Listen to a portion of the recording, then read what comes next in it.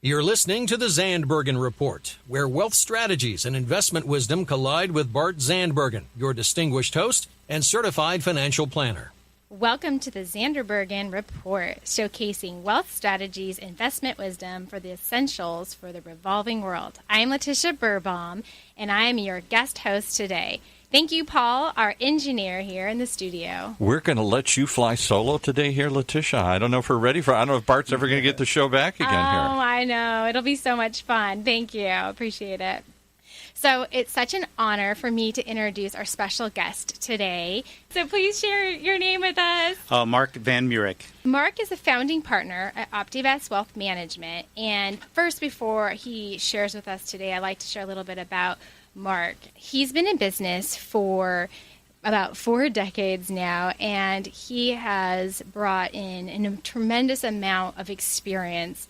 He was the youngest senior vice president and partner at Smith Barney just to start his amazing career before he established Optivest Wealth Management in 1987, where he then helped manage some of the nation's wealthiest families. In addition to his wealth management talent, he has a tremendous amount of expertise in business and real estate. Also, as the co-founder of a national REIT that he's helped take public. And also an author of the book Cash In, or Cash Out, Cash In, After the Success of Investment Guide. So enough of what I'd like to say about the bio. I just really wanted to introduce Mark here and Thank you. Have you here. Tell us a little bit about yourself. Well, you asked me to tell my backstory. Yes, and please. so maybe we'll start a little there, and it'll relate to some of the things that we're talking about today. Mine's not a typical rags to riches story. I unfortunately inherited some money early. Unfortunately, because it took somebody to pass for that to happen. Sorry. Yeah, actually, it's the only tragic part of the story. But I was 12, and my sister was 9, and my folks were killed in an airplane crash. Wow. So a couple of things came out of that. One is that my parents had actually had the foresight to do some advanced planning and estate planning, and this is back in the mid-'60s. It wasn't done much, but it really laid the foundation for the care of my sister and I. Smart. Not just financially, but they'd also named some families that we were to go live with. I ended up with my Scoutmaster's family through high school, and then I was on my own after that. But I did inherit a couple $100,000. I didn't get my hands on it until I was 18, Yeah. but I knew it was coming. And my father at the time, the stepfather Hayden, was kind of a Quaker, meaning that he was very conservative. He would always say, I have my clothes, I have brown and black shoes, that sort of thing. But he instilled in me that capital was never to be touched. And just if you eat anything, it's the fruit off the tree, but never spend the capital. Wise words. Yeah. And so there's other Quaker-like values that he taught me through there, and I think I was well prepared by the time I started. I did start my career in finance, thinking about this, thinking that I was going to want to manage my own money, and that's kind of full circle. I'll jump to today, and I'm the largest account at the firm, so things have gone pretty well. But it was the book of learning, if you will. It's like the checkbook. Yeah. So I've learned alongside my clients, but also we had some great mentors along the years of some very wealthy families that I was able to adopt their practices.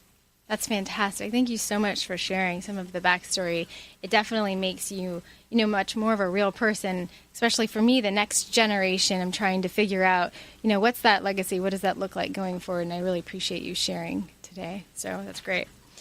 In your book, you talk about, how much is enough. And I know we kind of briefly mentioned that a little bit, but can you share some of your thoughts on when wealth becomes more than just for you, and now you're thinking about for your heirs, for your legacies, and for your charities, what does that look like? Sure. Well, first of all, I think a lot of people have a number in their head they think is enough, and over the years, usually that number just goes up and up and up. But at some point, it really is enough. And let me tell you a quick story, and then I'll tell you a formula that we've developed to help get your arms around that. That'd be great. My stepfather died, probably 15 years ago now. Okay.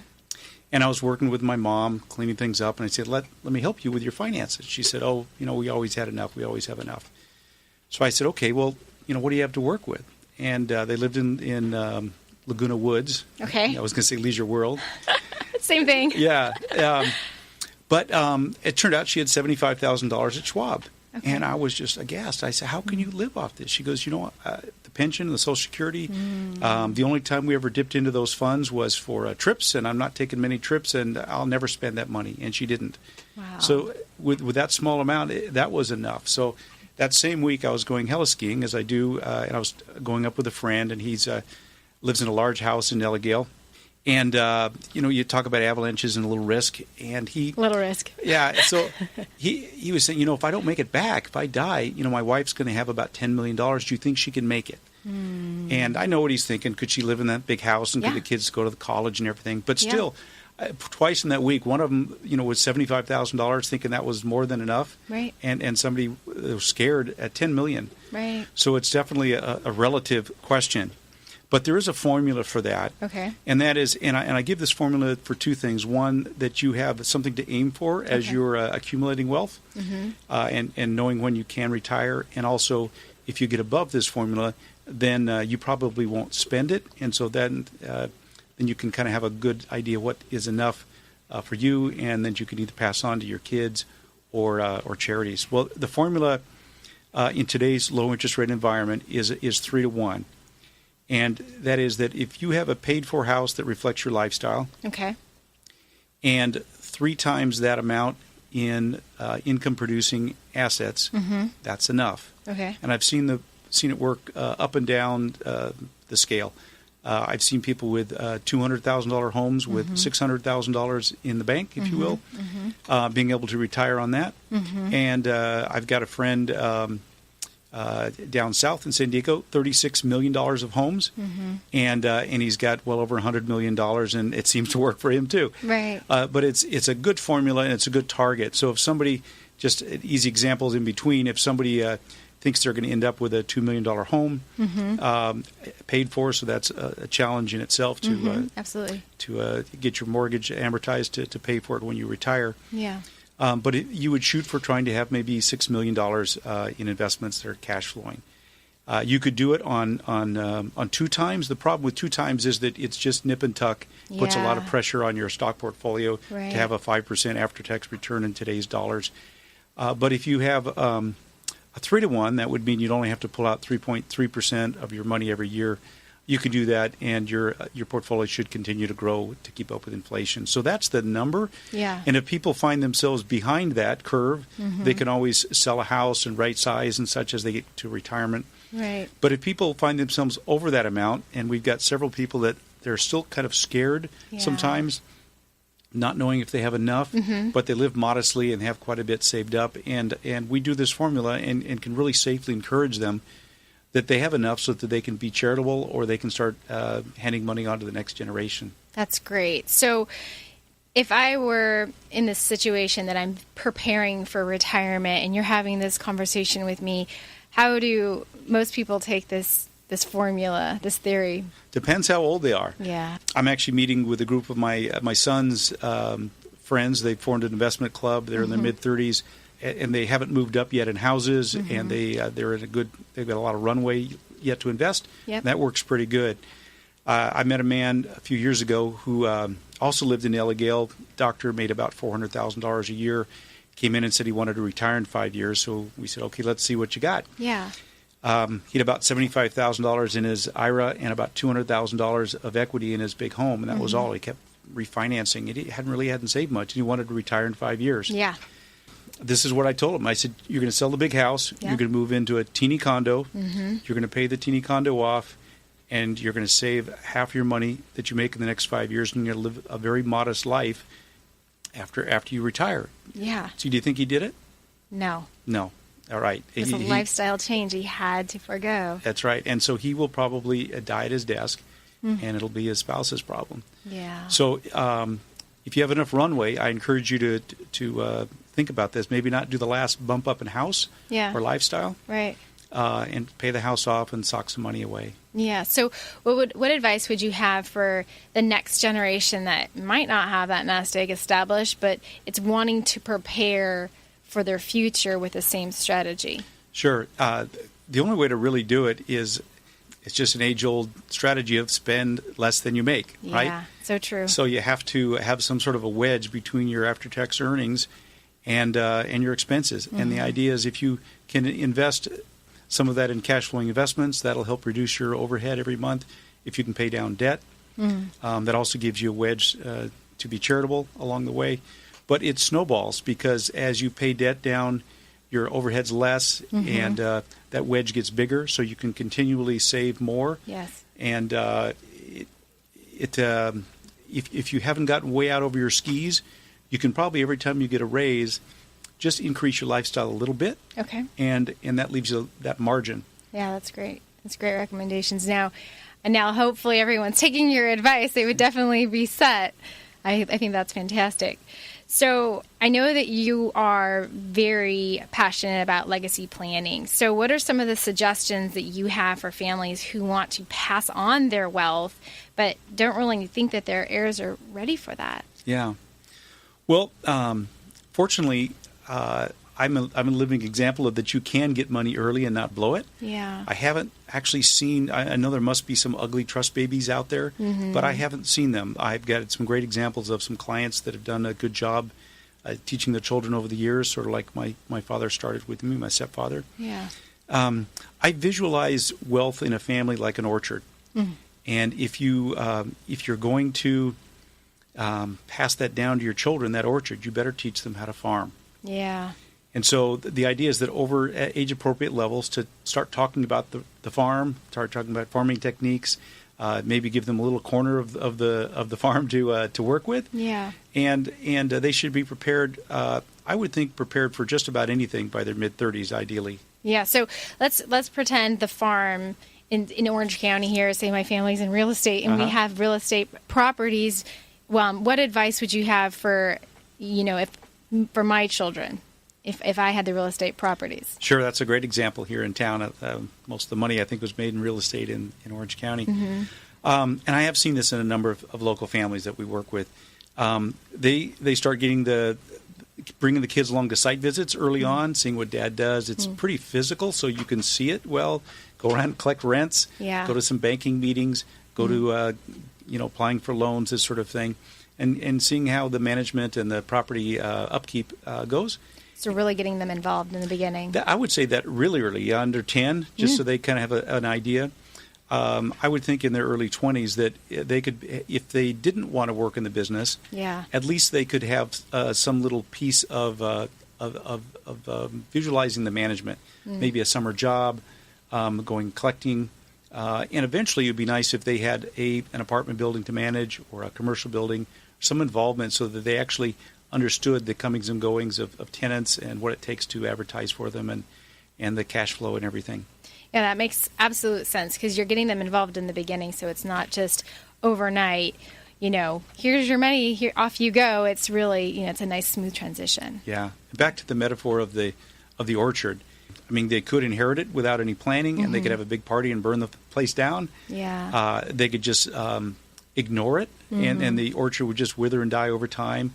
Or they could be properly trained and decide they wanted different kinds of fruit in the orchard, or buy the lot next door and expand. So it really is. I think that the best visual I have is there's a Mexican family that we work with, very, very wealthy, and they're sixth generation. Okay. And when I asked him whose money is it, he gave me a look like you're asking an Indian who owns the land. Oh, interesting.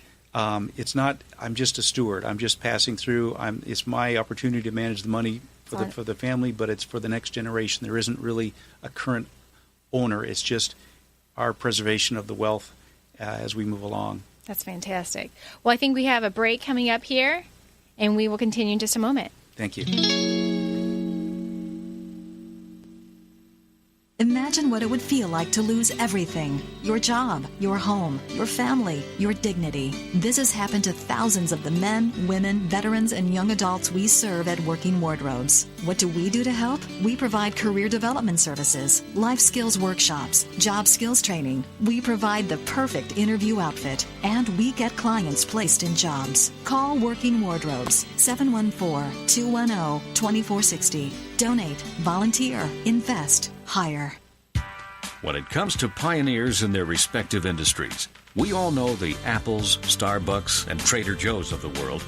In the realm of recruiting, Decision Toolbox is the industry's best-kept secret, with 90% of their business from referrals and repeat customers. For over 20 years, Decision Toolbox's U.S.-based team of recruiters, sourcers, professional writers, quality personnel, and tech support has perfected a Six Sigma approach to talent management. No matter the size of the project, Decision Toolbox delivers incredible results. A cost per hire less than half of what contingency firms charge, with the winning candidate presented in an average of 14 days, all with a 12-month candidate warranty. With results like that, Decision Toolbox won't be a secret for long. Visit us at www.dtoolbox.com for more information. All right. Back to this fascinating discussion here. I have to say, as somebody who's in his 60s and who thinks many times, I'm going to be part of the longest-lived generation in history. How much is enough? And I appreciate that. That's the first time anybody's even given me a benchmark or a ballpark, so I appreciate that. And I like that idea. Now, you're saying 3 times what you already have in your house. If you have your house paid off, then triple that. Is that what you're saying? Yep. It's a high hurdle, but you can adjust it if you want to downsize or move to another state. Got it. Okay. All right. Fascinating stuff here. All right. Look forward to the second half of this discussion. Yeah, already some great tips and takeaways. So thank you so Mark already. I want to continue with regards to preparing heirs. Now, do you have some type of tips or checklists for families that are kind of preparing for this? Sure, I do. We do have a checklist of 10 things. You can quickly go through the checklist and determine sort of a grade, if you will, for how prepared you are and your family is for inheritance. Okay. You can pick that up either by emailing me or Bart, Mark at optivestinc.com or Bart at optivestinc.com. And they can also go to the website? Sure, that's optivestinc.com. And in fact, we'll probably post that maybe in a blog so they can easily get that. Oh, that would be great. Yeah, I appreciate that. It's always important to be able to have tips and takeaways that you feel like you can just use to advance your family or just get a little more information and make sure you're really ready. Yeah, that's great. So what are some of your thoughts on charitable giving strategies? Charitable giving, some people look at it as a tax motivation. Okay. And we've sat down with a lot of people, and at the end of the day, if they're not really passionate about something, it's not going to work because no matter how good the tax savings is, your kids are still going to get less if you give to charity. So it has to be something that you really want to do and have to be something that's on your heart. We have a foundation ourselves, and we'll talk about that in a minute. But a lot of people I run into, they think it's something that they're going to do when or if or when I sell or when I get rich or down the road when I retire. Okay. It's always around the corner. They've got good intentions, and then I ask them, what they're passionate about, what they want to give to, and they go, "Well, I don't know yet. I haven't explored that." So I would just encourage people to not wait. Yeah. And to really think about things, injustices in the world they'd like to cure or help with, something that they're passionate about, and just do some exploring. You're going to stub your toe a few times, but it is definitely worth it to be able to find something that you really enjoy helping.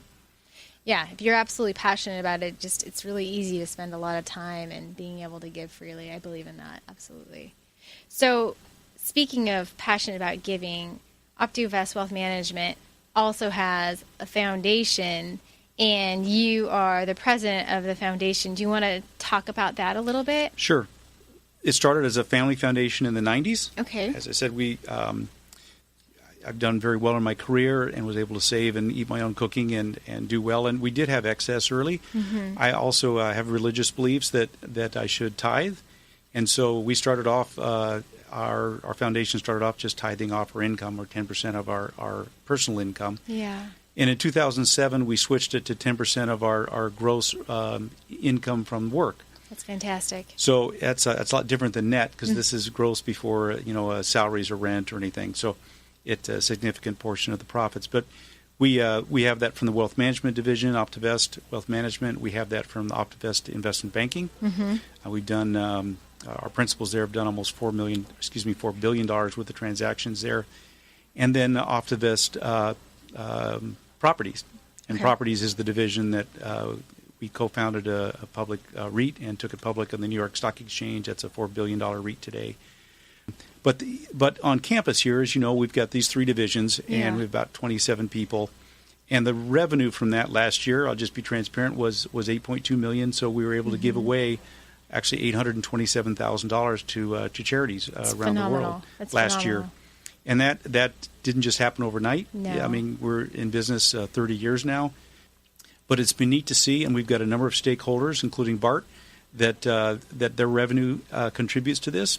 And there's about 5 of us that are all on board. That otherwise this money would have gone in our pockets. But it is it's just something that we're very passionate about. Yeah, it's a great cause. Absolutely, I'm so proud to be part of such an amazing organization that gives back substantially. We've got projects in about 12 countries, and so we do spend a lot of time in the third world. Our own project is the tip of Madagascar, and we've got a number in Africa, Haiti, Indonesia. I'll be back in Indonesia in June here visiting some early medical clinics and wells that we've done. So, what's your favorite so far, your project? You know, I think for a lot of us, the favorite is one of the first that kind of breaks your heart. And so we were down in Indonesia with our family, and indigenous people down there were just like Papua New Guinea. And we were able to, our money goes so far down there building medical clinics and such. Right. And I could spend an hour here telling you stories. Yeah. I'll tell you one quick one, though. Yeah, please. We built a medical clinic down there in Indonesia, and Warren and I, the head of the properties division, were able to be there when it opened. And it was on the edge of sort of the civilization, if you will, and people had walked a couple of days to come there. And the main thing that people have trouble with down there is malaria. There's 4 types of malaria. Either you could be just kind of like a cold or a bad flu. There's something that will knock you down for 6 months. And then there's cerebral, which kind of brain scrambles you. And then there's one that literally you die within a couple of days. Wow. So they can only tell by looking at a microscope. They had about 30 people in line that first morning. Opened the clinic. The first person in line was a pregnant gal. Oh, my goodness. She came in, and she actually had the deadly malaria. And she and her baby would have died within 2 days. And that was just the first person out of 30 people in line. And the clinic's been going about 10 years now. So gives me chills. That's amazing. That's kind of fun. So we're running out of time here, but I wanted to be able to make sure that I ask you what your ultimate lesson learned is. Sure. You told me this was coming, so I gave it some thought. And this is what I would say, is the secret to living is giving. The secret to living is giving. It's really true what Jesus said. It's better to give than receive. And I can go on with that, but I know we're short on time. Yeah, no, thank you so much for being on the show today. I've learned so much, truly, and your time is valuable, and I really appreciate you sharing with everybody today. Thank you. You're welcome. Tune in next week for the latest edition of the Zandbergen Report, Tuesdays at 2 p.m. Catch up on our recent shows by visiting www.bartzandbergen.com. Interested in being a featured guest on our show or have a question you'd like to hear us answer on the Zandbergen Report? Email podcast@bartzandbergen.com.